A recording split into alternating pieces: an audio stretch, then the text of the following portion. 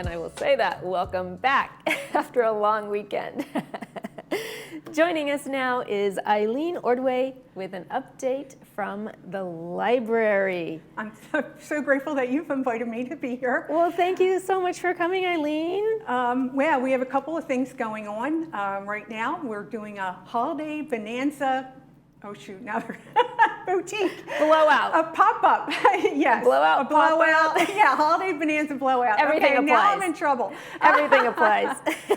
We have a great group of volunteers, and our Wednesday afternoon volunteers, they came up with this idea of going through our donations and finding things that people would be interested in contributing to the library to get their hands on these things. For the last couple of weeks, they've been curating our donations and finding these good things that you might be willing to pay a little bit for. Sure. To recycle, reuse.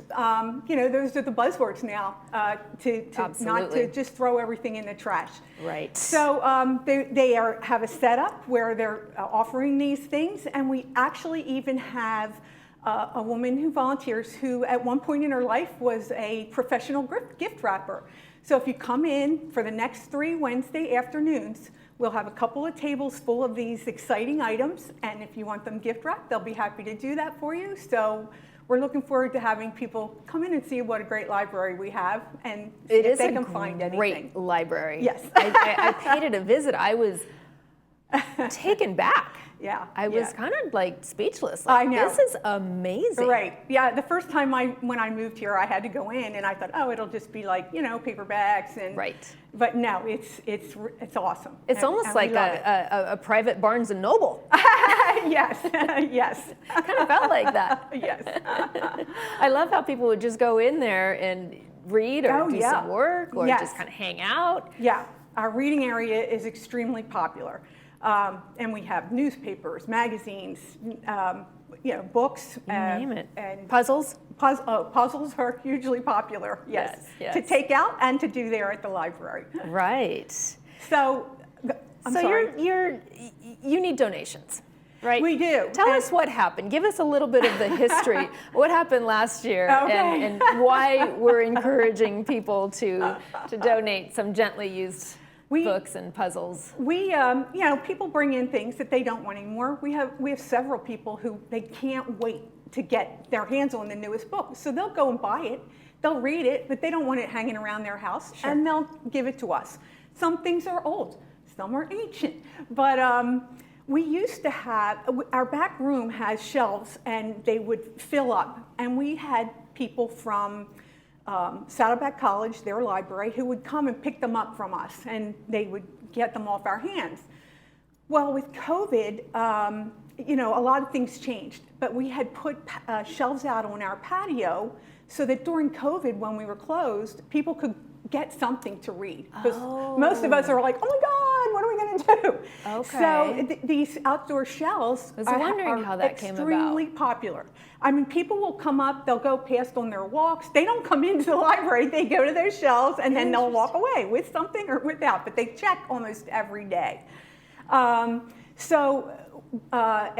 one point, the Saddleback people, because of what was happening, they couldn't come anymore, and we were overloaded. So we didn't have room to move, and we even had carts that were blocking the electrical equipment in the back room. So we had to, they said, get rid of it. Yes. So we had this huge giveaway on our patio, but then I think people got the message that we're giving them too much, and now we hardly have anything left. The shelves are empty. Our shelves are empty. So yes, we're asking people again if they have things, books, DVDs, puzzles that they don't want hanging around their house anymore. Yeah, please bring them. Not too many at a time, maybe a box full at a time, so that we can handle the processing. Mm-hmm. Yeah.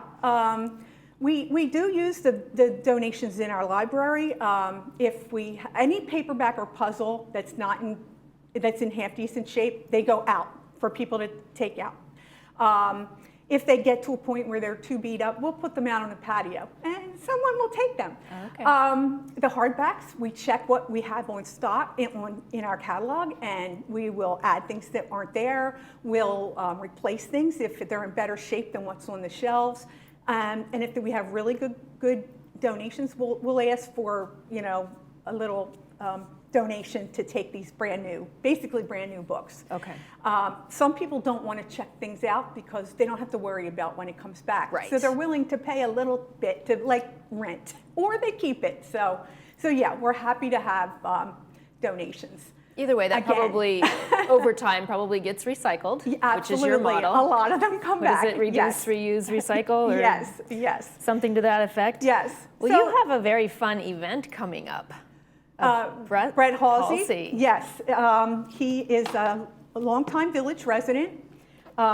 He worked in Hollywood. He was in movies. He wrote screenplays, and now he was a Golden Globe winner, and now he's an author. He's donated several of his books to our Village author section. We even have one of the movies he's in, For Fast Guns. So now, is that one of the Italian movies? No, or is that it's a not. US movie? It might have been filmed over there, but it's all in English, and it's not considered a language where you'd be reading subtitles. Because I was told that he had he's made like a lot of spaghetti movies. westerns. Spaghetti western. Yes. So on Saturday, December 14th at 1:30 in the afternoon, he's going to give a talk and tell people about his history. And wonderful. Yeah. It's always exciting to hear what can people expect? Can they get their books signed? He's coming out with a new book, and yes. Wonderful. Yeah. A New Year's Eve Ball Fire is his new book. A New Year's Eve Ball Fire. Yes. Wow. Yes. Okay. Well, that sounds like entertainment. Yes. So we hope people will come.